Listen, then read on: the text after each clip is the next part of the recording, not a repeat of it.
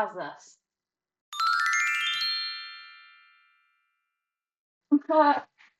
Here I am. All right, everybody. I'm ready to do this shit. I'm super excited. Um, Hi officially. It's Potato Chip 411, and this is the first, I guess, stream episode of Listen to the Creepz. Trying to figure out how to crack this open so we can get started because I will not be starting a scary story without my handy dandy trusty Dr. Pepper. All right, grab your drink, grab your smokes, whatever, snack. I will try not to chew into the microphone. So all credits goes to CRISPR was here 0000. This is his story. There's something in the soil and is trying to tell us something. Part 1. Love this. This is cool. Looks like a trail camera. Yeah, this one's cool, but I think I like this one better. It's getting harder to breathe. Every hour, every minute, every second, I can feel my lungs as if they were getting stung from the inside, and the smell of mud, the plants, the trees, so nauseating, so pungent, everywhere. Everybody else is either dead or losing their minds. We had to leave many behind, and those with children are either prime target for the things out here, or live long enough to see the light fade from their eyes as they get tired from the dense and heavy air. I remember the very first day we got here. We set up a small hut to protect the most vulnerable, and there was this woman. She was unlucky enough to be with her newborn during the event. She was so worried she'd never go back home and that they'd be stuck here forever. And as much as I tried comforting her, there was really no way of telling if we'd escape this hellhole. Hell. We had no idea how we got here in the first place. For all we know, this might just be a bad dream we're not waking up from. Or at the very least, it sure feels like one. Okay.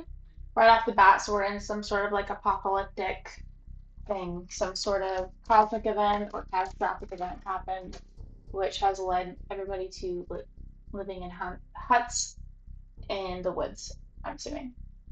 Our small talk got interrupted by a guy calling for help. He pointed at 2 people carrying an old man. What the hell was he doing that deep in the forest? I thought to myself. But there was no time for questions. I got my medical equipment and started examining him. Bite marks all over his leg, right hand torn apart. We have to amputate. Not having an arm was a death sentence here, and the choice wasn't really about amputating him or not, but if he died from infection or because of the animals. I wasn't even sure he'd make it through the operation, and I didn't know if we had enough anesthetics. He may have to go through the whole thing awake. We almost started amputating his arm when he tried to say something. But, but, but, I remember my grandfather having a stroke. He spoke in the exact same way. That got me the chills. But, but, but, but, does he want us to stop amputating him? I don't think that's supposed to be funny, but like, yeah. No, I think he's trying to tell you. We'll see, we'll keep going. Does he want us to stop amputating him? I say we stop for now. He's scared shitless. With his other hand, the man pointed at the forest and up in the sky, and the forest again. Above us flew a flock of birds, a big one. I don't think I've ever seen one this big. It was surprisingly calming to see the birds gently getting through the sky in this otherwise hell of a situation. The the the the the the the, the birds? The man slightly nodded. He pointed at the forest once again. In the forest? Once again he nodded and opened his arms, or at least the closest thing he could do to open his arms, with a blood-drooling hand and pieces of flesh almost falling off of him. But, he pointed at the mountains, then at a yellow flower, then again at the birds. Mountain? Flower? Bird? Maybe he wants to say yellow? Man nodded. The mountains, then at a yellow flower, then again at the birds. Mountain, flower, bird? Maybe he wants to say yellow? The man nodded. Yellow bird, like mountain? Big bird? He nodded fast and pointed at the forest and no heartbeat. He passed on the spot. We didn't know what to do with his body. We didn't want the animals to feast on his corpse, so we dug a small pit, buried him, and made a rudimentary cross with sticks and stones. Rudimentary is such a good word. It's a great word. There was something about the man passing away right after we got his message, his final words. We couldn't do anything but think. Later that afternoon, I went back to check on the lady. She was resting on a rock, exhausted from all the stress. But at least for now, and just now, she had a reason to keep going. Even though frail, she still had to keep going.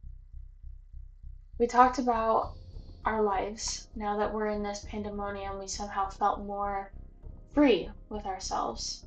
Those of us who carried burdens with society now felt the strange feeling of no longer caring about what people thought of us.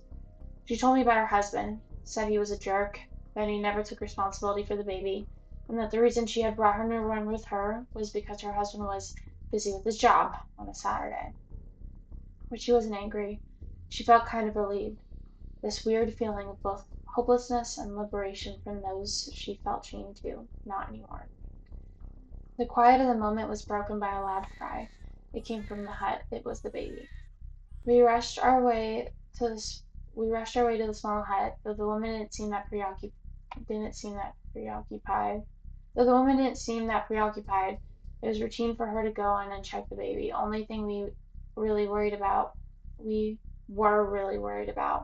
was the loud sound possibly attracting predators. Well, yeah, definitely. I would definitely be worried about that.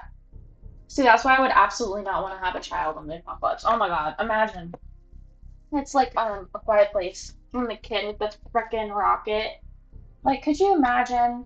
Like, no, no, no, no, no.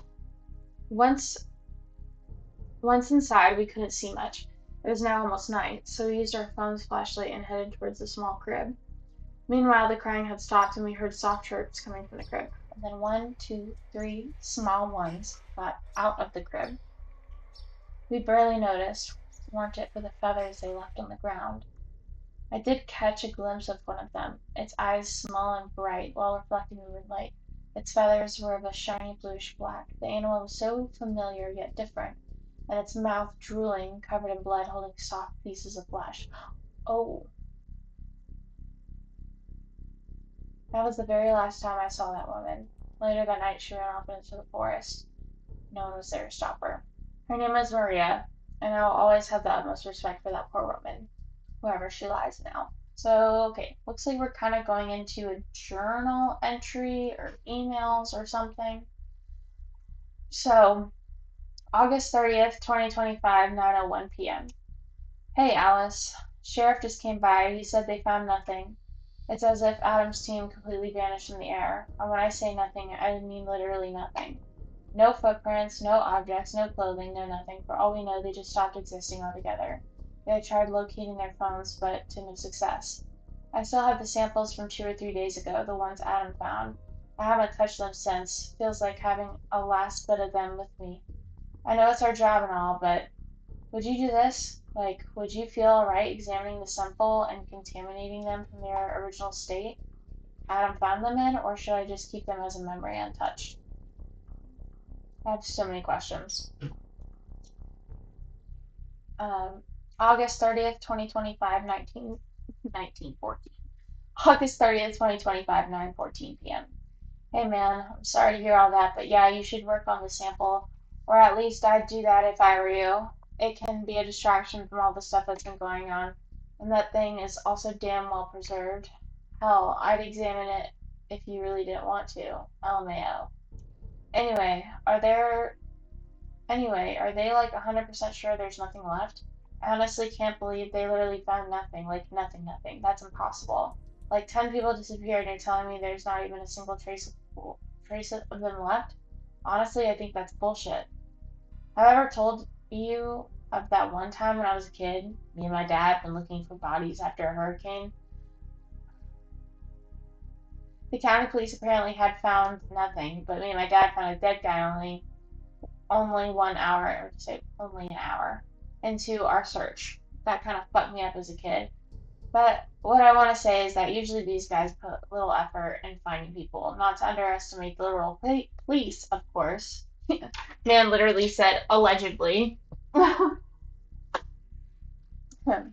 county police apparently had found nothing but me and my dad found a dead guy only 1 hour into our search. That kind of fucked me up as a kid, but what I want to say is that usually these guys put little effort in finding people.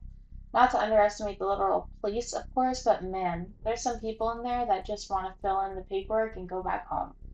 I mean, to be fair, not that my lazy ass is any better, but I'm talking about missing people here, so, you know. Also, you really think Sheriff Brown of middle of nowhere county is competent enough to find anything? Again, call me crazy, but when this Tim storm happens, I'm gonna look for them. At least find a trace that they were once there. Meanwhile, you could examine the samples again. Things damn well preserved. We might have another Spidicosaurus or Borealo pelta type find in there, just saying. Um, I just butchered that pronunciation, but August 31st, 2025, 6:53 a.m. Hey Al, sorry I fell asleep. I was just so tired from all the stuff going on. Anyway, yeah, I guess I'm gonna examine the samples this afternoon. Also, are you sure of going out there just by yourself? You know it just stopped raining and it's very muddy out there. You sure you don't want any help? August 31st, 2025, 7:14 a.m. Yeah, I can do that, I guess. Also, about the mud, I love the smell of the after rain in the morning. So refreshing. Maybe you should come too. After all, you're always the one staying in the studio looking at bones and stuff. Oh well. So yeah, why don't you come too? I don't know why my voice just changed to like that for the character, but I guess that's what my brain says that this dude, what is his name? Alice. Oh, maybe it's a girl. Alice could be a boy's name, I guess. Um, that's the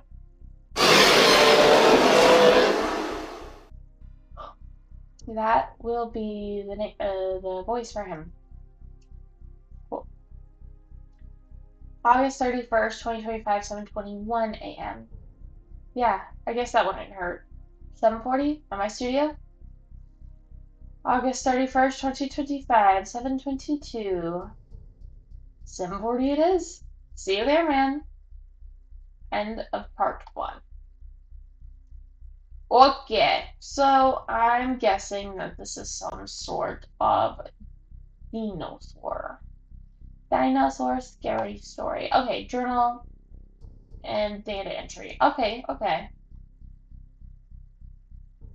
Oh, okay, that might make sense on why your dialogue is like this, because he's writing in a journal. Something in the soil, part 2. Okay, dinosaur. Or big bird? Oh, like big birds, like they were talking about in the first part of the story. Oh, okay. Okay. Yes, we got some sort of dinosaur bird bone. Dinosaur bird bone. Okay. Shall I talk like this the rest of the way? What if this has been my real voice the entire time? You guys would never know. I sound like Groot all the time. No, I don't. I'm just kidding. Alright, continue. Who is that? That Leonardo DiCaprio?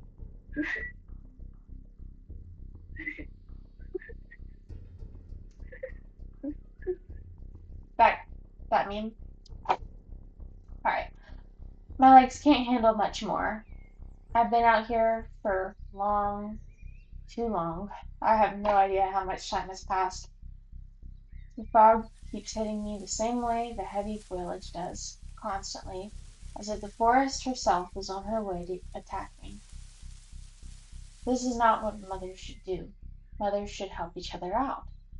But that's not how it is now, and that's not how it used to be. Screams. Somebody's screaming. I genuinely can't tell if I'm going crazy or if these are real sounds out there in the forest. Help! Help! Nope, I'm not going crazy. I saw some birds. Actual, normal birds. Not the fucked up things out here. They flew away right after the yelling. It must be real. Ooh, oh my gosh, okay.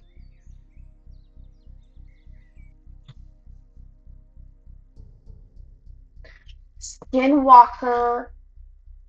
Okay, no. Maybe not so. Mimic birds. Skinwalker mimic birds.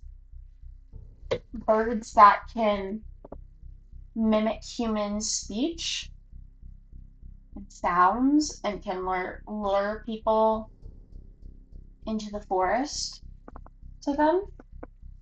That's pretty cool. I've never heard never heard of a creature that's like that. It sounds like real nightmare stuff. Like I would put money on it that you had a nightmare. Um, that inspired this. Help! Please help! Should I go? What if something gets me out here? Is that all that I had in mind? But empathy got the better of me. I've already seen a piece of my own life fade away, and now I have the opportunity to save one. The plants continuously stung me, and the further I went, the worse the pain got, as if they were trying to stop me, but I kept going. Help! Help! Help me! Help! As I got closer, I couldn't help but notice that there was nobody where the sound was supposed to be coming from. Not a soul, even though the noise was as loud as it could get. Help! Help me! Help! And yet nothing, only trees, bushes, and a foul, horrible stench coming from somewhere in the dense foliage. Once again, I made my way through the vegetation, and there I saw a huge animal resting, its body almost entirely covered by leaves, except for its head, taking what seemed to be deep breaths, but no snoring. All this while a soft and gentle rain occasionally poked each single leaf.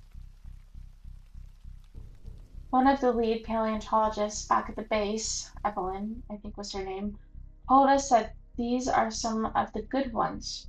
She referred to them as duckbills, and said if we leave them alone, they'll do no damage. But the smell got more pungent. I was feeling it in my throat. I really wanted to take a closer look at the animal, but I almost puked. I was not going to handle it much more, so I made my way out, when suddenly I heard a soft noise coming from the duckbill's direction. A chirp. 1, 2, no, 3. All I could see was 2 small silhouettes gracefully digging their way into the duckbill's stomach. Their otherwise elegant black plumage was now covered in blood, gastric fluids, and small chunks of flesh, while the third one was sticking its head into the duckbill's thick tail the same way a vulture would. Help me! The man, he's still somewhere out in the forest. Is he out of his mind? Yelling this loud, so close to the animals? This time, the sound was extremely close. He had to be somewhere in here, but where? And why weren't the small ones reacting? They didn't even flinch at the man's yelling. Maybe they were too concentrated on the loot they had already found, but I had a gut feeling that something wasn't adding up. I barely raised my head to take a better look. Maybe the guy was hiding somewhere in the vegetation, but I saw nothing. When, help! I struggled not to gasp as a huge animal jumped out of a tree. It looked like the small ones, but way bigger, almost the size of a human. The thing was of a brownish white color, black spots all over its body with a bunch of yellowish feathers on its neck, reminiscent of wattles present on chickens. It swiftly jumped onto the carcass and anchored itself to it with its claws. It hissed at the small animals. The sound echoed through the forest, breaking the rain's solemn silence. One of the small ones tried to stand up, but Goliath didn't hesitate to grab David with its jaws, chew him a little bit, and throw him on the ground, repeating that all over again. The small one could barely move, helpless, as Goliath brought the claw and its foot closer to the small brown neck, and snap! The animal ceased all resistance. All of this while the other two already fled the scene, knowing that it wasn't worth it, and that after all, there's a ton of carcasses out there waiting to be feasted on. However, the big one did not touch the carcass, climbed up the tree, and let out a sort of a bellow that sounded almost like a human laughing hysterically, and then, "Help!" The same desperate, helpless yell came from the tree, and another one again. Bro, did you see how I got locked in? My acting was coming out. I could see it in my brain. That is so fucking unsettling. First of all, the David and Goliath thing, amazing. Third, the idea of this big ass bird killing all these small birds, and it's like a cannibalism thing. But he's not even like eating him because he says chews him a little bit and throws him on the ground. It's not even about like, oh, I'm attacking you to eat you. It's like for the pure fun of it, killing its own kind. And it's this fucking human, ugly ass, scary ass bird with these yellow feathers coming out of its neck. Then climbing up a tree, laughing hysterically, like a sound that sounds like laughing hysterically, which is already scary. But then the immediate switch up to the human voice. Help! Help!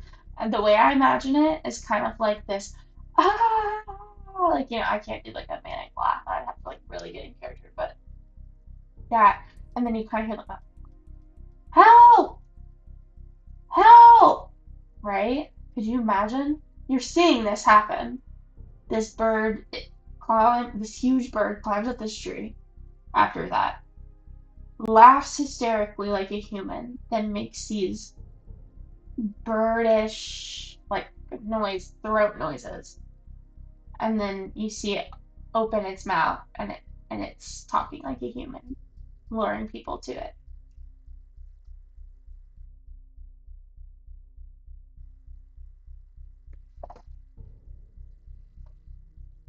For public, that was very enthralling. When I get into something, like you would like literally have to kill me to tone it down. It's just not happening. My autism would is going to take over every time. That was very enthralling. That was crazy good. I could see it in my mind's eye. I love when stories do that. Oh, love it. And I love when stories can like make me come up with like visual ideas. Like that's another job I've always wanted to do. Like as much as I like story writing and acting and stuff, I think it'd be really fun to be like a director because then like I could be like, oh, this is what I see in my mind's eye, and then making it happen. That would just be like super cool. Super cool. Has this all been for nothing? I didn't have time for that. The rain got heavier and I'd soon need shelter. Getting out of the base wasn't a good idea, but still, I have no reason to go back there, either with company or alone. We're all still gonna die in here unless. What if they find a way back home? I'd be crazy to even consider that. There's no way we're getting out of here. But there's no way we could have gotten here in the first place. And yet we did. No, that's foolish of me. What are the chances of getting back home? But maybe, just maybe, should I go back? What if they're already gone? I don't know. What am I even doing? I gotta go back. Go, gotta go back. The air in my lungs was getting heavier. Water drops are piercing my skin. The storm of cloud. A drop of water. It's like hours, minutes, seconds in the passing of time. Passing of time. August 31st. 30th. August 31st, 2025, 2:02 p.m. How are you doing, Al? I'm still having trouble breathing from all the jogging. LOL. Jokes aside, I really had a great time today. It'd be nice if we did this more often. Anyways, I just got out of the shower and I'm finally getting to work on the samples. I'll let you know what I find in there, so good luck to me, I guess. August 31st, 2025, 2:11 p.m. Hey dude, absolutely. We should do that more often. Is tomorrow afternoon okay? I gotta send some papers to Jane before lunch, so no fresh rained up mud in the morning for me. Also, good luck on the samples. Please don't screw them up, like that one time with the Edmontosaurus femur. JK. August 31st, 2025, 3:42 p.m. Come on. Still with the femur? It was already broken, but apparently Jane, or Miss Site Director Jane, since that's what she wants to be called, wasn't happy with it because she thought I broke it and it totally wasn't broken because, oh, I don't know, 66 million years of rock pressure. All of this while she was so tired from being on Twitter, from being on Twitter and drinking beer all day. But still, that's a thing of the past. Let bygones be bygones, my grandpa always said, so I don't really care too much about it. Also, tomorrow afternoon is fine. I'll keep working on the samples in the morning. Speaking of samples, I found some interesting stuff. There's a there's a coprolite. You could say the little shit's been hiding there for millions of years. This aside, I'm already looking into it, and again, for being just a coprolite, there's a bunch of interesting things going on with it. Most coprolites in this area have the typical irregular shape. This one's cylindrical and regular. Because of that, I'm assuming it's mammals and not a dinosaur. Though it's kind of unusual because I was expecting to find some insects, exoskeletons. I was expecting to find some insects' exoskeletons or little pieces of eggs and bone in it, but there's none of that. Another weird thing is that there's a lot more protein than there should be. Like, if I had to dumb it down, the thing that defecated this was well fed. Almost too well fed for a late Cretaceous mammal. Or maybe it could just be a rat that found its way in a Titanosaurus carcass and ate like a pig for the rest of his days. Because I don't want to get into the details too much, but man, this thing is huge. If that thing was a rat, it had to be record size, maybe a relative of Repenomamus, largest known Mesozoic mammal. I totally didn't Google that. Ooh, but testing my English today. Okay.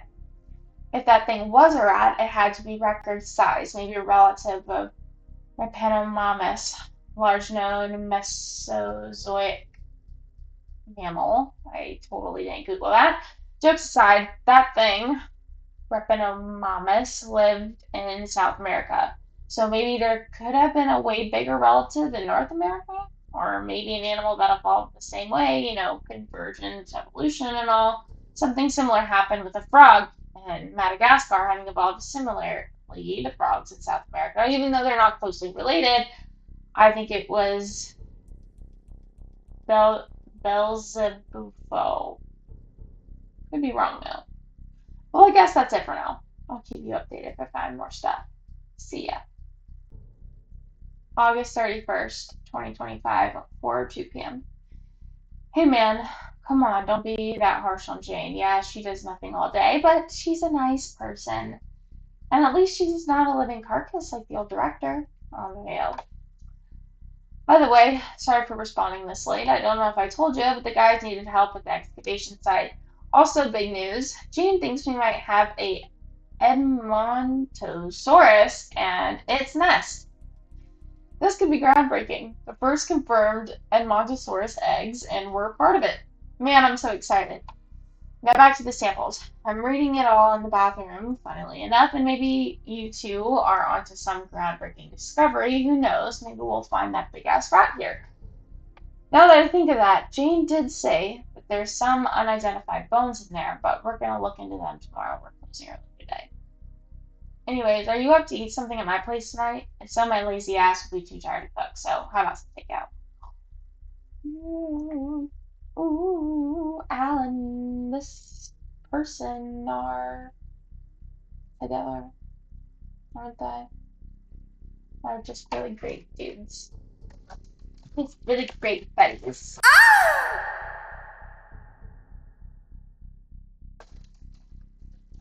Snack break! August 31st, 2025, 4:43 p.m. Wow, congrats on you guys for the finding. I'm gonna ask Jane if I can come to the site tomorrow. I really want to take a look at it. Also, yes, I can come to your place tonight.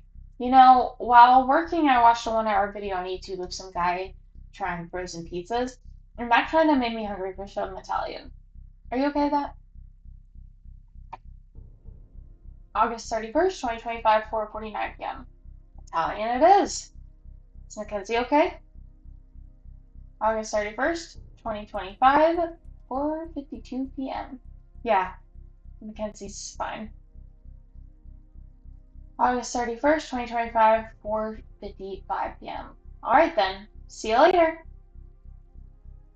I'm guessing, I don't know if Mackenzie is the name of the Italian place that they're getting the food from, or if they're asking about the person. I guess we'll find out. August 31st, 2025, 4:55 p.m. Alright then, see you later.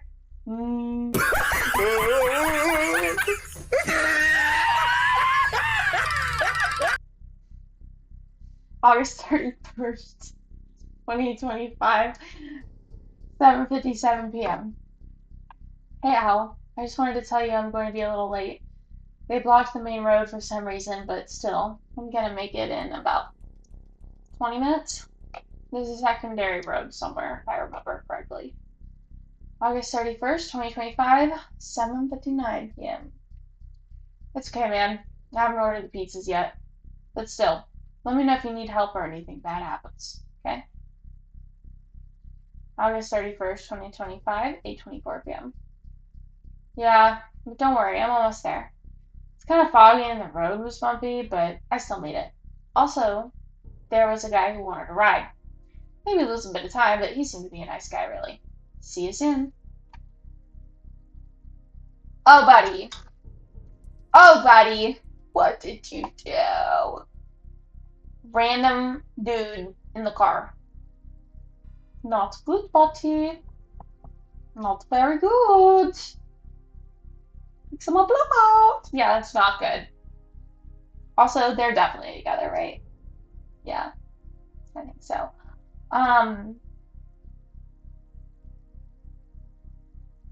Why did we pick up a guy who won?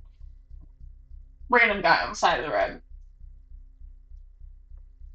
Okay. Our main character has no fear. I still don't know their name yet. Still don't know their name. We don't know their names yet. We know Al, who is Alice. So, okay, doke. There's something in the soil part to tell you. Dinosaurs are. I did never get into the dinosaurs. I could just never. They were never. I think they were big birds. And because, you know, the feathers decompose. Anyway, I'm locked in. Let's continue to read. Antediluvium. Antediluvium. Something in the soil, part 3. Here we go. This is why I couldn't have a co-host. I would just be laughing the entire time. Okay. Each and every step felt like walking on hot asphalt.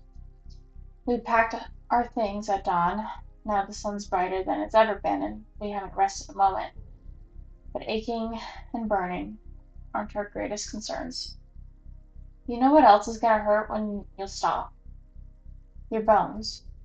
Your entire body shattered, fractured in hundreds of pieces before you're aware of it, Evelyn said as she led us through the forest. Despite being just as tired, she denied every request of stopping for just a minute, and as we kept asking, she opened her hands and put them several apart from one another, indicating with her thumb and index finger.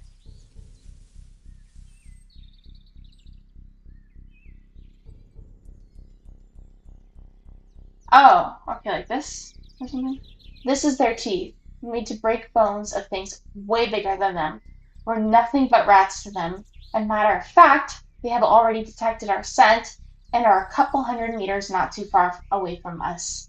Somewhere in this mess of trees, plants, and fucking monsters we call forest. So we'll want to take a quick rest now. Wanted to. Just a few seconds, nothing more, and yet we all knew too well what happened at base camp, and we couldn't have done anything but keep going if we wanted a chance to see the next sunset. While she kept talking, Adam took a sip of water from a small plastic bottle as the water cascaded into his dry mouth. Evelyn's voice interrupted the solemn moment. Hey, you planning on drinking all of it? Come on, just a sip, Adam said, almost choking himself. You're gonna refill it, are you? He stopped for a moment and glanced at the bottle for a good second, and without hesitating gave it to Evelyn, who finished it in seconds. Water wasn't scarce, it was just unpleasant to collect it fresh out of the river. The day before the incident, we sent a guy to fill the empty cans. Elijah, I think was his name. I have a character in my story named Elijah too. The day before the incident, we sent a guy to fill the empty cans. Elijah, I think was his name. By sunset, we noticed he was late and sent some people to look for him, thinking he might have gotten stuck in the mud or been attacked by an animal. The whole evening passed, then the night, then the morning, but the guys came empty-handed without a single trace of Elijah. Not a piece of clothing, nor his phone. Nothing. Some of us thought that maybe a giant snake swallowed him whole, or crocodilian got the best of him, but Evelyn dismissed every hypothesis. Except for two. One regarded the giraffe. Oh, except for two. One regarded the giraffe-sized flying things that could have snatched Elijah away. The second was the bone crushers, which was sufficient enough for an explanation for our tired minds. After that all went silent, as we made our way through the tall grass. While going through the grass, we couldn't help but notice the sounds of splashings and heavy blows coming from afar, getting louder and louder as we headed further into the foliage, though the thing was so thick that one guy didn't notice his feet sinking into an enormous puddle of feces. Dennis was his name. Poor guy didn't have a spare pair of shoes, so he just stank of shit for the rest of the journey. The rough touch of weeds on our skin finally stopped as we got out of the tall grass, and there, a vast field, its terrain wet and full of puddles, a huge contrast to the messy forest that felt like a breath of fresh air, but that wasn't what caught our attention. Jesus Christ, Adam whispered, taking off his sunglasses. I don't get it. This thing's not supposed to be this heavy. He grabbed Evelyn's bag. She was busy looking for something, her sight suddenly filled with green and hundreds of dark spots moving all over. Can you believe this? I asked Adam. I, this, Eve, call me crazy, but if we ever go back home, we make a fortune just telling people what we witnessed. Quick, take your phone! Or they'll just call us crazy. Evelyn almost collapsed. Adam held her and took her hat off, yet this couldn't stop him from looking at the animals, a sight truly uncontaminated from humanity, Some could say nature as intended.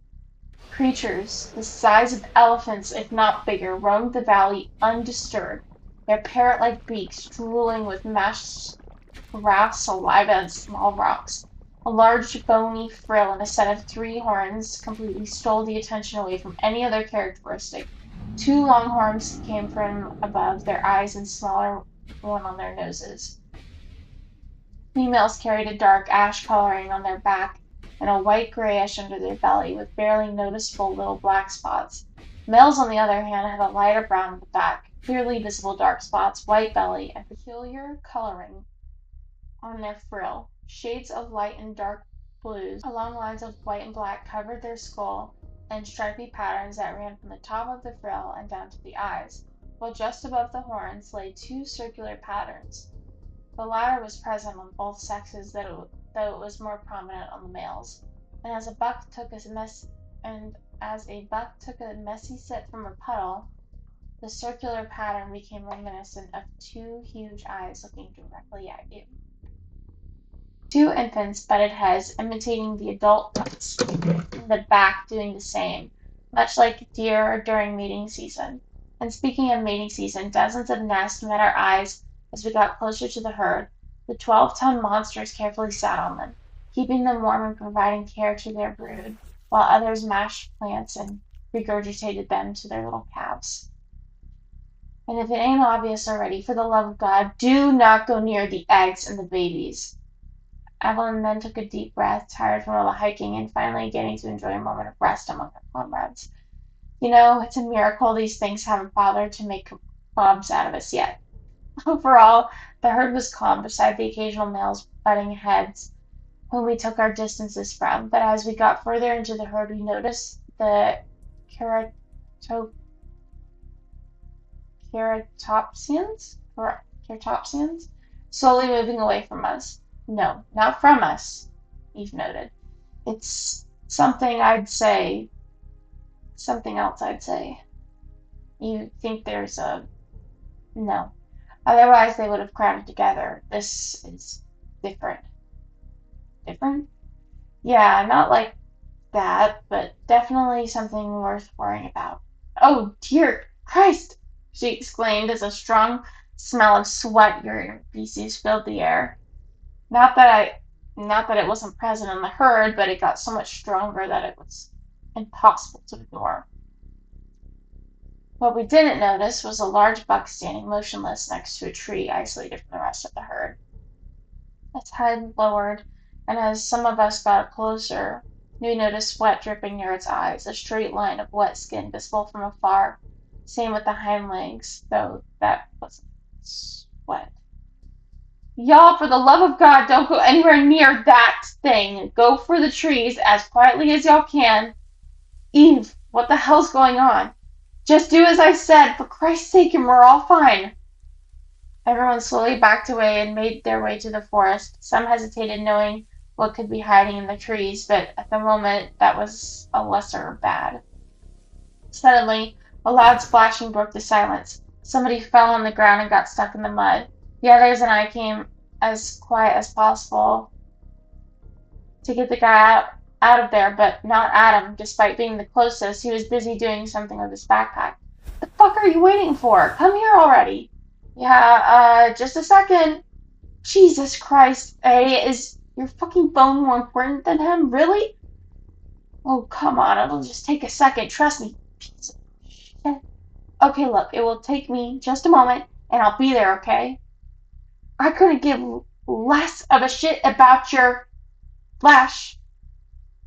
Eve's voice was interrupted by a sudden noise. She froze, not believing what she just heard. She looked me dead in the eyes. I pulled John out of the mud. Her stare was petrified. You've got to be fucking kidding me. The animal stood still for a moment. We all did, subconsciously waiting for someone to tell us what to do in a situation no human was ever supposed to be in. Buck's eyes widened, sweat almost squirting off its leathery skin, a mixture of mud and bodily fluids flowing under its legs like hellish waterfalls. But the buck stood still, eyes ticking and skin twitching, and the odor now twice as strong as it was before and puncturing its way deep into her lungs. Dennis took a step backward. As he did, a crack came from under his shoe. A stick, a small, insignificant stick. As the animal heard the cracking sound, it raised its paw as if charging, and everyone almost panicked, but Puck wasn't moving. Just stood still, silent, servant. Um, what, what is it doing? He whispered, facing his fellow humans and not daring to move an inch. In that very moment, he had almost accepted his fate. Adrenaline filled his head, and slowly a sensation of relief overcame fear, his muscles finally relaxing and the world finally quiet, very quiet. He stretched his back, bones cracking, and sudden warmth filling first his back, then his stomach, feeling a rough, familiar conical shape of a sharp tree limb, touching it, caressing it, and keeping it close to his body, reminiscent of when he climbed small trees as a child. Oh, a warm and soggy appendage accompanied, yeah, accompanied the log. As he felt the comforting warmth, he opened his eyes. He stood on top of the world, his friends looking at him with eyes wide open, having fun as Dennis played tag with them. But the good time can't go on forever, and Dennis, now but tired, could no longer play. He had to shut the curtains, and as he did, a bright light kept shaking left to right. That was when the sudden warmth in his hands quickly turned into fire, but once again, Dennis couldn't stay much more. John saw everything up close, since he was nearest, and now something had landed on his hat, lowering it and obstructing his vision. Something vicious and heavy. He took his hat off only to see a piece of Dennis's intestines in it which had come off of his hanging body, still stuck in the Hertopsian's long horn. John threw the hat as far away as possible, but as he did he didn't notice the log he was about to stumble upon. Evelyn yelled at the top of her lungs, doing best to give some sort of coordination to the dispersed crowd. Then she turned to John. "Hey, come here!" "Eve, what the hell? What the hell are you doing?" "Just go zigzag, then split. Just run. Good God," she said while shaking Adam off her. She said while shaking Adam off her. "Eve! Eve!" She once again turned to the three-horned animal, John's creaky voice calling for her the way a child would call for their parent. "Hey! Hey, here!" Eve once again attempted to get the buck's attention, but right now, Three Horns was focused on John. The distance between the two got shorter by the second. John ran in zigzags as told by Evelyn, but still the large animal got closer and closer.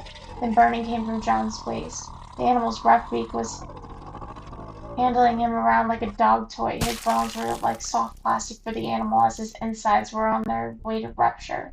Evelyn took her phone and started taking pictures with the flash on, as fast as she possibly could. A bellow that sounded like the twisted imitation of a bison's and a crocodile's filled the air, as the beast stopped for a moment, dropping John and readjusting its step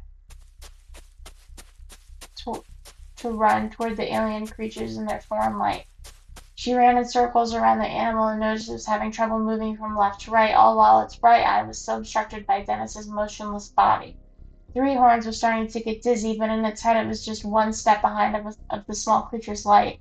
All the while, sweat rained profusely all over its huge body.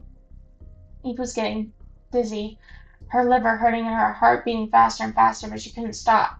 She had to do this, and so she looked at John getting rescued by his comrades, and then her phone as she tapped the small screen a couple times. 10, 9. The others had already reached the nearby forest. As instructed, some climbed trees, fearing that the buck could have reached them there. 8, 7. "Get into the trees!"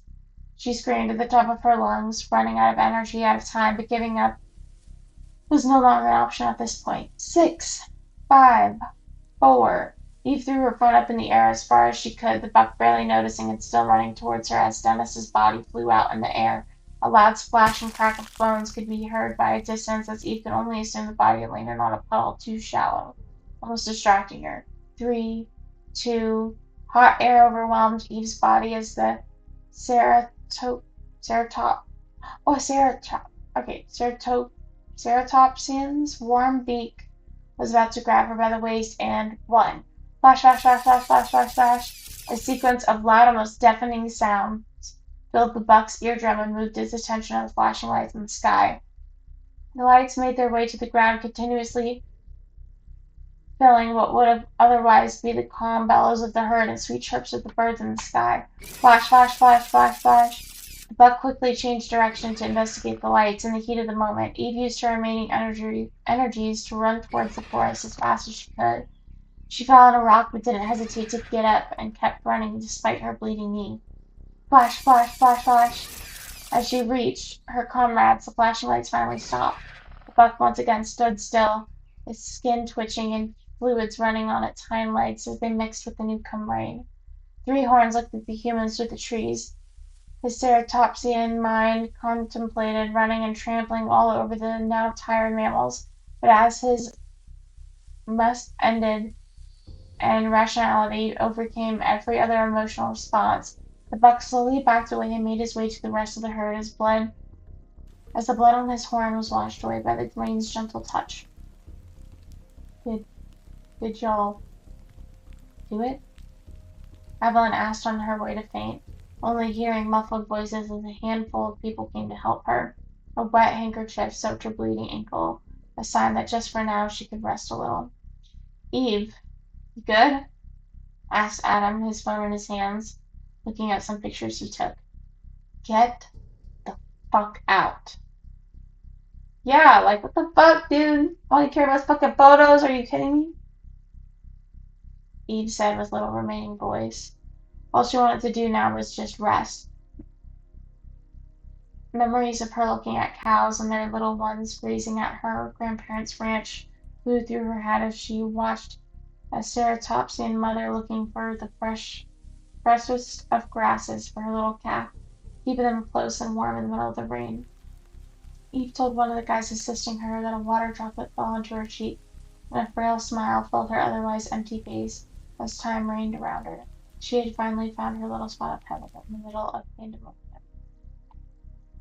Part authority. Very, very good. Very good. I think that's all there is of that one for now. Oh man, that was 5 months ago. Amazing. Just amazing. Fantastic.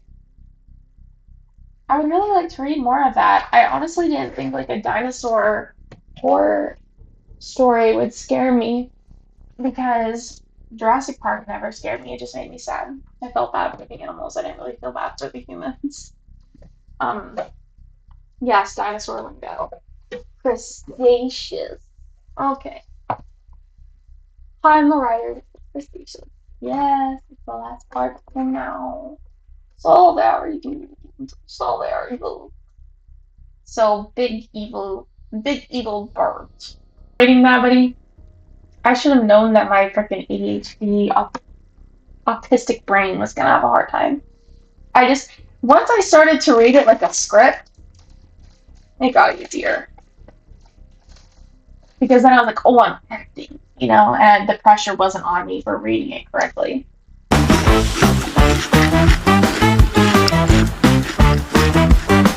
Okay.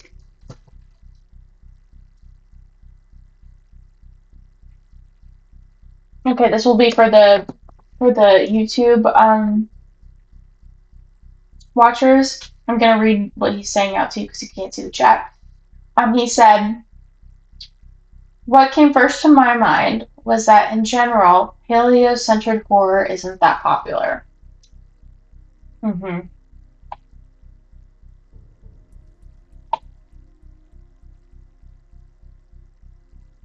That is true because I just feel like the way that it's done, like you think Jurassic Park, and that may be scary to some people, but it was never really scary to me. I think I think that what makes it not scary is the fact that the things that have been done have not made it realistic enough to be scary. right? Because it's like how the boys were talking in the last episode about, I think it was a lot that last episode, or like crazy concepts that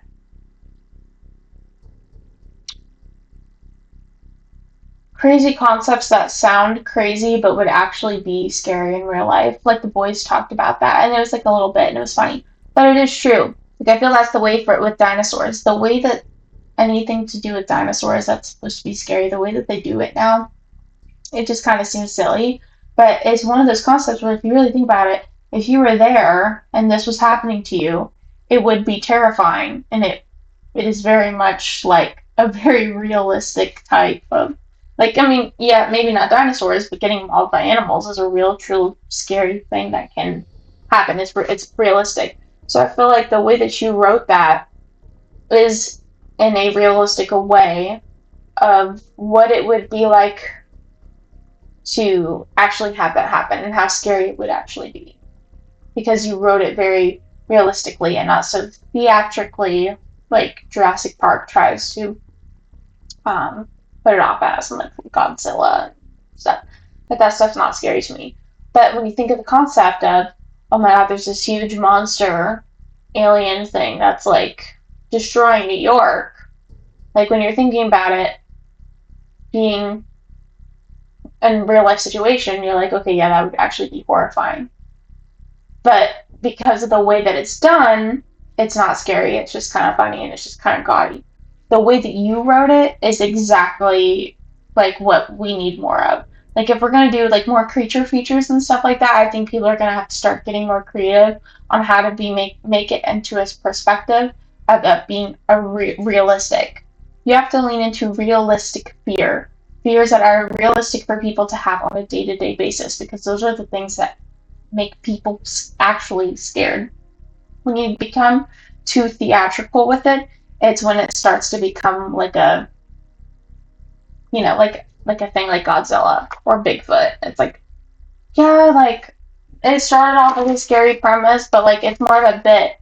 But when you really think about it, if you were in the forest across from Bigfoot when he was attacking you, what would that look like, and how actually scary would that be in the moment? So you as a writer being able to take that exact thought of what would it feel like in that moment and write it down was great. He said, yes, exactly. Having seen some creepypastas about dinosaurs, they really lean into, hey, we have dinosaur here. What I tried doing instead was treating it more like a real animal attack. The whole this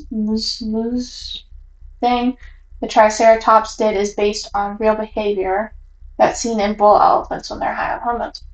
That is so interesting. That is really cool.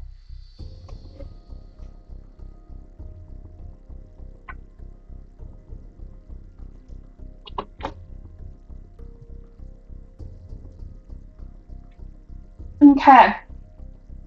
Well, thank you so much for letting me read your story and also for joining the Discord. I definitely would like to read some of your other stuff in the future. That would be really cool. What is happening?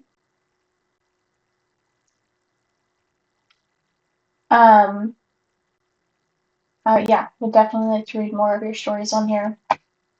Um, if I am not embarrassed by myself tomorrow and don't cancel me doing this ever again, because I might, if I'm just embarrassed. But yeah, I'm definitely gonna be reading your stories on camera, off camera. Either way. Um, that was super fun. And what a fun story to start off with, something different that I didn't know would be possible to make me unsettled and uncomfortable. You're the first person that's done like dinosaur or animal horror that's actually scared me. Oh, awesome. Okay, so the author said that they are already writing a fourth part, trying out something new, but it's about 50% complete. So we have that to look forward to. So we'll definitely have to do an update and read that when that's out. So yay, super exciting. I'm looking forward to that. Okay, I'm gonna minimize my face now because that's oof. I just burped. I'm so sorry. Ooh, excuse me. Oh my god. Why do I look like that uncanny makeup right now from oh my god. It's gonna be obsession. Don't I? Oh, I look scary. I did my makeup and everything. I cut my finger trying to get ready to look okay for this. And I feel like you don't love me. Okay. Anyway, see, this is what I mean by insane and crazy. I'm just a little, which is why I write the stories that I write. Okay, next. What shall we read next? That was so many good submissions, darling. Argentnerd. We are reading this story by Argentnerd. I'm going to let him know real quick. The Fleshmancer. In the crumbling village of Ashmore, where the air hangs in a sour stagnancy, and the unfertile soil lies barren, the ever-desperate folk occasionally seek out the Fleshmancer. I'm bought in immediately. They take up their ill or deceased loved ones and carry them onto that worn path into the woods. Those oppressive woods where the stench grows charnel and impious things. I feel like I should read this in a British accent. The Fleshmancer. In the crumbling village of Ashmore, where the air hangs in a sour stagnancy, and the unfertile soil lies barren, the ever-desperate folk occasionally seek out the Fleshmancer. They take up their ill or deceased loved ones and carry them onto the worn path into the woods. Those oppressive woods, where the stench grows charnel, and the impious things shamble through the night, chanting their songs of groans and howls. The desperate folk take refuge in the manor of the Fleshmancer, and present to him the body they wish to mend. He repairs the broken and the dead, while demanding only tribute of flesh as payment, a small price for life and limb. Those who visit the Fleshmancer are easily distinguished. A bandage wrapping the ear, fingers severed at the joints, and eye patches covering weeping wounds are the most common indicators that one has confided in the Fleshmancer's services. Folk that deal with the profound hero are never long for Ashmore. Ostracized for their crimes against nature, they are repelled by more upstanding residents of the village. For what they return with is not whom they took to be healed, but rather an imitation of what they once were. At first, the healed seemed almost as their former selves, but given time, they are left no better than their shambling things and woods. The Fleshmancer is never seen outside his manor. Village elders recall tales of him and his packs since their youth. It is believed his infamy predates the dilapidation of Ashmore itself. In a more prosperous time, zealots would cry that they would apprehend the sorcerer and have him answer for his deeds, but none ever prevailed until a return. The only souls that exit the woods were the healed, stolen traitors. The merchants ride into the village with wagons filled to the brim with impossibly old tomes and instruments of alchemical nature, always leaving with carts emptied. Seldom do the traders ever encounter the townsfolk who hide themselves in their homes as the dark crosses pull the creaking wagons through Ashmore. I too used to fear those who came from the woods, those heathens emerging with sentences of their beloved. I never wished to be like them. Clutching the cold body of my own child, I stepped onto the worn path into the woods. The whale songs. First off, what the fuck? That was so good. I love fantasy and I love horror. Put them two together, I'm bought in. Money. Amazing. I got chills. And I could see it. Like, I could literally see everything in my brain. Amazing.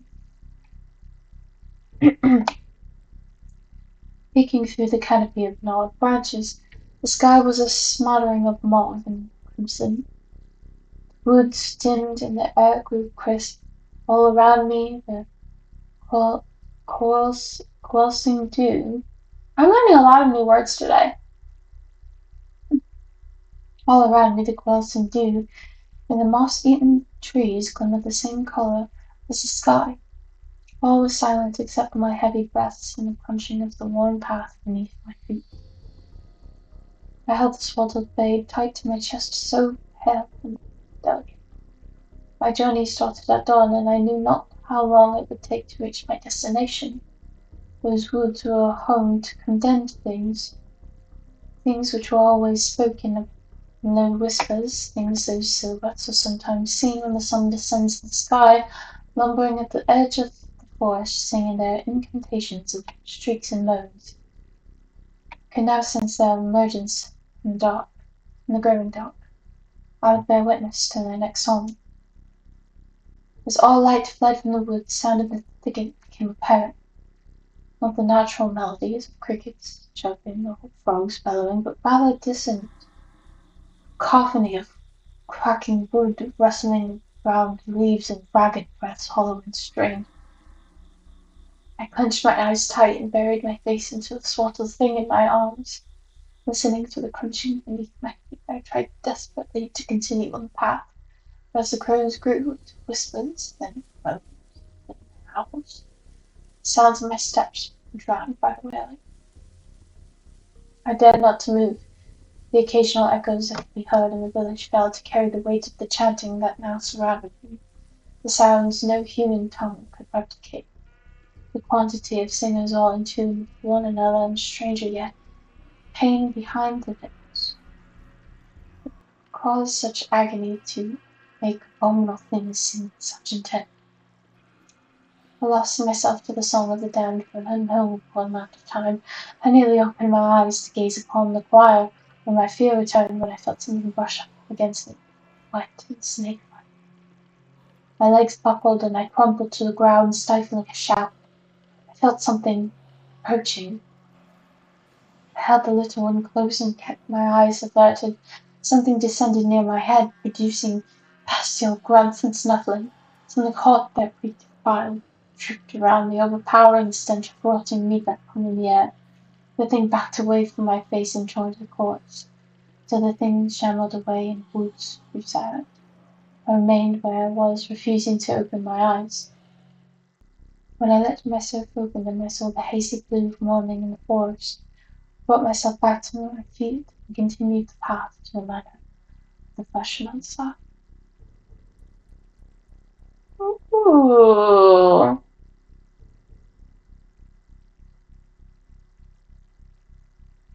Amazing.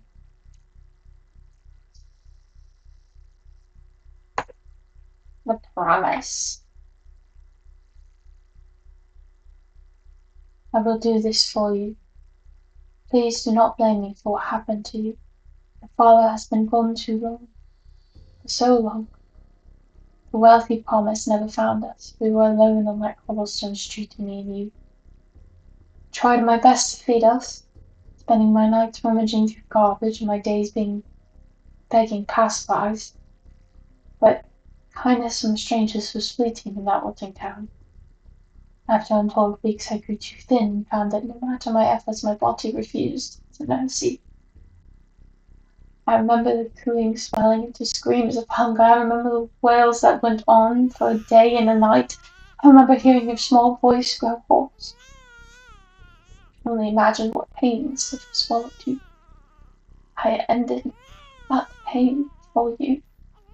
I found that loose stone and, wiping away tears, raised it and brought it back down on you. But fret not, my child, for this path will lead us to your salvation. For small price of my flesh, there is hope for you. Your flesh hails from mine. Surely I can give up 1 more pound of it for you. You will succeed. Promise. I God. I choked up a little there, bruh. For real. I got really into character there, bruh. That's how you know that shit. Ooh. Very good. Amazing. So good. Fruit of man. Deeper and deeper into the Akaba woods I went. Thinner and thinner did the path fade, not twisted and knotted. Wooden behemoths sat all around me, casting the understory in Stygian shadow. More and more difficult each step became. I had been walking for nearly 2 days, and my already frail body grew too weary, starved beyond hunger, beyond parched beyond reasoning. There were things nestled in the branches above. I could not see them, only listened to the croaking sound they made and the rustling of the canopy. I watched as I trod down the trail, waiting for my body to fail and offer the next meal. In their presence there could be no rest. Surely not too far. What I sought must have been close. My focus remained not on the threat above me, but on the path ahead of me. My deliverance from privation. Delivering me it was. I heard it then, the trickle of a stream. Perhaps, I thought, I should leave the path for just a moment to drink. The water was rank, but my wilted throat worried a little. It tasted of dirt and stale air, and as if the very spring it came from had died and rotted. Looking upstream, I may have seen why. Water rushed over pale stones, rolling over domes and sockets and out of jaws. From the stones hung remnants of cloth and gristle. They too nearly clean by scavengers. I should have been repulsed, yet I stood before the bodies. Poor souls who fell to follow the path, but more curious than the dead were the stalks protruding from them. Branching from the stalks were bulbous poles, attached by hairy vines. Dull pink they shone like the interior of light beak. With my free hand I plucked one from its vine, brought it to my mouth. The flesh was tender. My teeth tore through the skin with little resistance, the fruits inside melting as they met my lips. Vicious, warm juice rolled over my tongue. It was like milk that had just begun to curdle. The taste like meat that had failed to cure, sour, thick, and vile. I tried to hurk it out, but my body refused. I felt my tongue guide it so that it finally crawled down my gullet. It reviled me. I had tasted the fruit of man, and it was bitter, spoiled by a life of sin and misery. Who was I to be here, seeking things forbidden by nature? I was a mother who, despite her faults, loved her child. I had to continue the path of my child, but my strength was fading. I sat upon the ground against one of the gargantuan trees, holding the child close to me. Fate sent decay was setting in. Surely, short rest could not hurt. Bro. Big inspiration. So the author said, thanks, I took big inspiration from software games and stories like Third. Bro. Like, hold up. I don't know if you'd be able to see it. Can you see? And chills.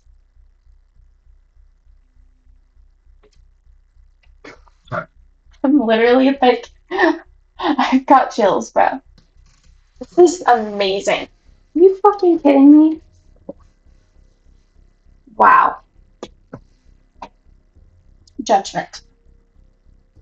I woke on a bed of wet carrion and stone. The earth sloped upwards on all sides. I was in a basin lined with greyed bones, stinking meat. Beyond the fringe I could see mangled treetops. My child. What had happened to my child? It was my reason for my pilgrimage. For the second time now, I failed to save what I had loved. I fell to my knees, but I screamed sobbed into my new covered hands. In the distance my cries were answered. Something let out a ghastly shriek that echoed like the wails of an infant in an alley. Looking up, I glimpsed the creature approaching from beyond the ledge. There was nothing that it, as a whole, could compare to. Might have had a face, but not a beastly one, nor human, nor anything else I had ever known.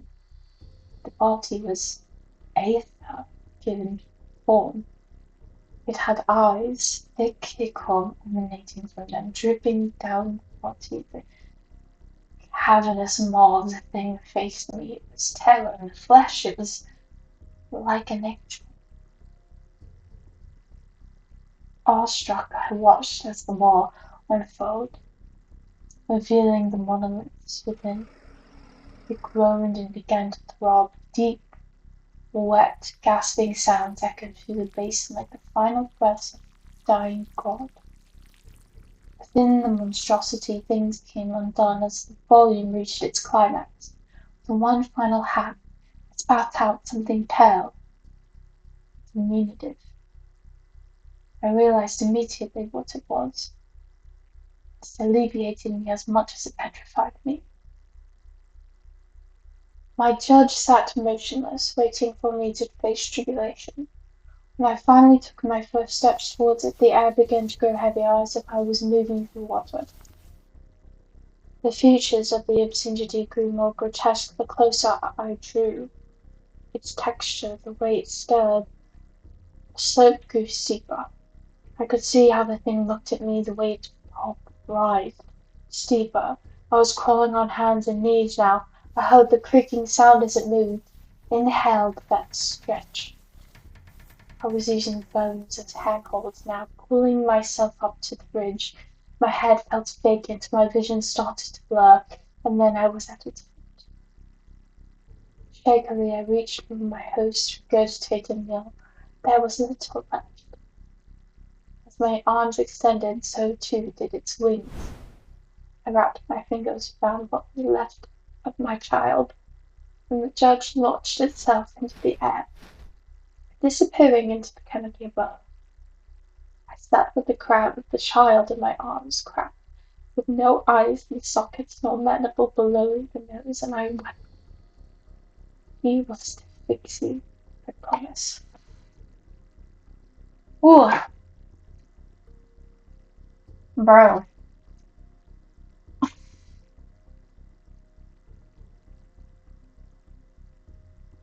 I'm unsettled and I am, I don't know, like, wow. What you may find. If you pass through that village with your sick and dead, and the townsfolk look upon you with trepidation and disgust, as the stones of the path crunch under your feet, then you might find yourself in that forest. If you continue the path into the night and listen while holding your loved ones close, then you might hear them as they come out of hiding, and you may find yourself listening to their songs. If you remain on the path and you walk and you're lonesome, then the old memories begin to fester, and you may find yourself making empty promises. If you find that brook where the water runs rank, and the fruit grows ghastly and bitter, you may find yourself crumbling to temptation. If you awake in that pit and you lay eyes on the things in the canopy, you will probably bear false witness to it, and you may find yourself justified in your actions, and so you may persist. You may find the flowers pink as the skin on your bones, or the mold on rotten logs red as the blood in your veins. You may find the lines in the muck made by wooden wheels on axles, and remembering the sullen men in carts, you may follow them to the manor. You may find it not a manor at all, nor a fortress, or a cathedral. However, its presence may feel the most unholy, and not at all noble. You may see the vines crawling up the wall, choking the bricks like a serpent, and you may see the belfries, where songs echo without voices. You may even see the figure emerging from the vestibule, long, gangling limbs shrouded by a hooded cloak, and as it approaches your head may grow light, You may find yourself crumbling to the ground.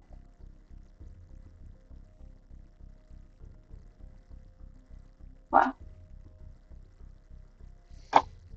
Goodness gracious! My wrists ached as the shackles dug into them. I was suspended by a chain that bound my hands together. One of my arms felt numb. Looking up, I saw it was wrapped in wet cloth. Two string-like things protruded from under the cloth. They looked like animal intestines. Each led into a glass bottle on a table beside me. One bottle was about half full of an opaque red substance, and the other filled very little with something translucent and sickly yellow. At the table was covered an assortment of instruments and components beyond my understanding. I looked down.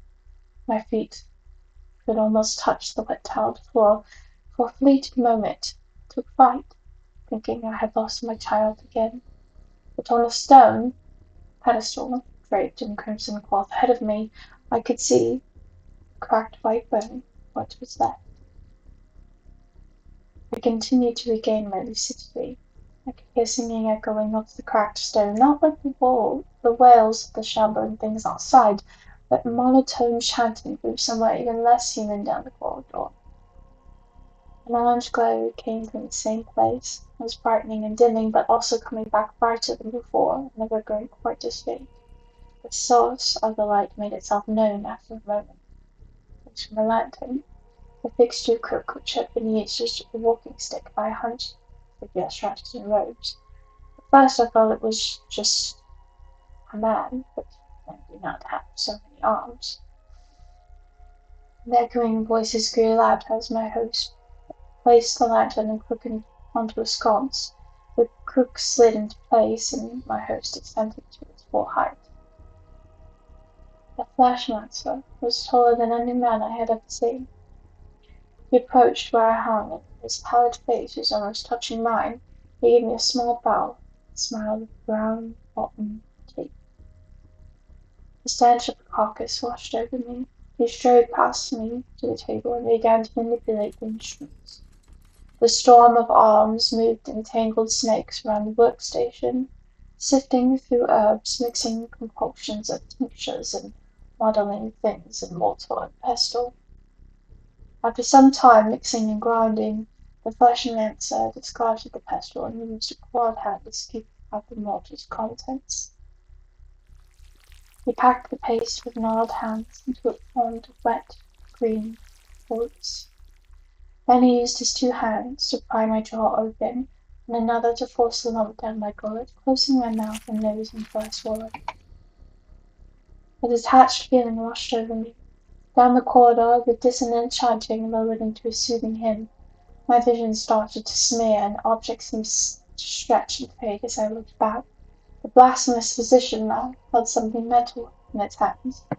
My price of flesh was due. He reached into my mouth. I could feel his tight grasp on my tongue. I was so busy trying to summon the strength to move that I failed to notice he had already started cutting, until he proudly pulled the pinkish morsel away. I could not even taste the blood as it poured from me. I thought I had just paid the price in resurrection, but after carefully laying my tongue on the table, the fleshmancer turned back to me. Two hands went into my mouth, grasping around my lower jaw. More hands joined around the back of my jaw. To my horror, they began to pull. Pain shifted with a new force, and tension grew with the joy. My lungs could not summon the air to scream. I heard a loud crack, and the tension gave way to grinding. Another hand came up and began to cut away the soft tissue. The arms continued to pull, and I watched as they painlessly gnawed my mandible away. The fleshmancer inspected it for a moment, then turned. An arm reached over to the table and picked up my tongue. Another grabbed the two bottles, pulling the intestine-looking things from my arm. The cloth began to soak with blood. He began to manipulate the parts in a way I could not see until he began groveling before the pedestal. My child's crown sat upon my jaw. My flesh had not been for tribute, but for materials. My echoing voices began to shriek and shout horrible songs. Flashmancer joined in, speaking in a tongue wholly unfamiliar to me. Blood dripped from the pedestal just as it did my arm. I watched expectantly, despite the horror before me, for I was to witness a miracle. My child's first tears ran from the socket, leaving a red trail as it flowed. Though there were no other movements, I could hear its screams join the cacophony of songs. The tears grew from a trickle to a waterfall of white blood. Some of it moved and coalesced around different parts of the skull. A new cry joined the music, now my own. Blood now thickened into carpets of viscera, clinging to the skull like a mold to a log. Muscle began to stretch across bone, connecting the top of my skull to my jaw. No, a child's jaw. The flashman's incantations grew louder now. I felt pinpricks along my arm. I looked up from the budding cloth. Vines began to sprout, covered in thorns and skin-toned flowers. On the pedestal, veins were growing on the flesh like spider webs. Now attached mouth began to quiver. On my arm, the blossoming veins followed the dripping blood flowing down towards my body. I cannot feel the thorns. I will hold my child again soon. Skin began to stretch around my baby. With closed eyelids, its mouth opened as if attempting to let out a wail. Vines found the gaping wound my jaw had been attached. I started to choke as they propagated.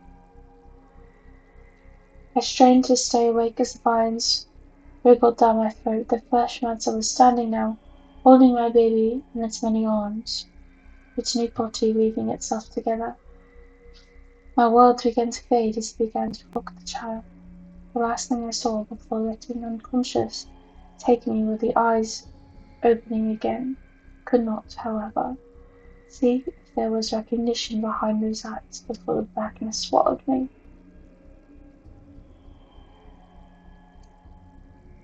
Oh my god. That is terrible. That last line. Okay, the apology. I'm just gonna read my now. I will not survive long enough to leave these woods, and even if I did, what hospitality would the people of the village provide me? What would they do to you? Wham! Your skin used to be so soft, your eyes were not this color, you used to laugh with that little voice and bounce, not just stare. Wham! In fact, ever since I got you back, there has not been a wail, nor a cry, nor a whine, not even as I do this for you. Wham! It must have been so peaceful, that void beyond the veil, without hunger and pain, and because of my greed, I ripped all that away from you. Wham! I damned the both of us. You took from me what I needed to live, and you used it to force life upon you. Wham! I should have never gone searching for him. I should have never believed I could get the real you back. I should have just buried you. Wham! I committed the greatest depravity. I created a monster. No, I became a monster because I could not let go of you. Snap! I'm sorry for what I have done to you. Crack. I love you. Crack. I'm just wondering why this only has 8 upvotes. Are you fucking kidding me? That is one of the best things I've ever read in my life. And like, I really want you to hear me when I'm saying this. That is one of the best things I've ever read in my entire life. I am extremely, extremely impressed. Like, I cried. I had chills. I was uncomfortable. I mean, the full circle, like, she ends up killing, like, the.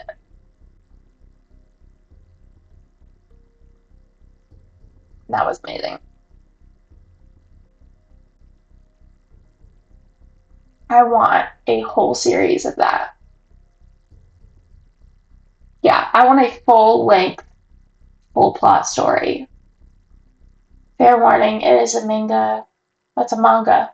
With a lot of essay and other heavy topics, and it may seem excessive at times. I do really like the story and the characters / world design, though. Author said that. I mean, yeah. you did that so tastefully. Like it I want a sorry, that's like so gross. Like I said, I cut my finger. I want a full plot of that in that world of a character. Like I don't know. That also was so good, Samuel. You know what it makes me feel like is like a Grimm Brothers fairy tale. Like it was that it felt that classic. It felt that good. I have never like I think that is my favorite thing I've ever read, ever, ever, ever, ever, ever. Again, so serious. And my number one for a long time was The Yellow Wallpaper by Charlotte Perkins Gilman. Charlotte, something like that. Um, for a long time, that was my favorite thing I've ever read. And then Edgar Allan Poe, and you know some others, but I think that would be my favorite because fantasy, horror, world building, insane imagery, like I'm uncomfortable. I had chills. I cried. Like amazing. Seriously, seriously, seriously, seriously. So impressed. Um, I think I'm gonna call it. I'm gonna end the stream here. Um, if y'all have any, I just dropped an M&M. If y'all have any suggestions or anything, let me know. I think this is still bleeding. Bye bye.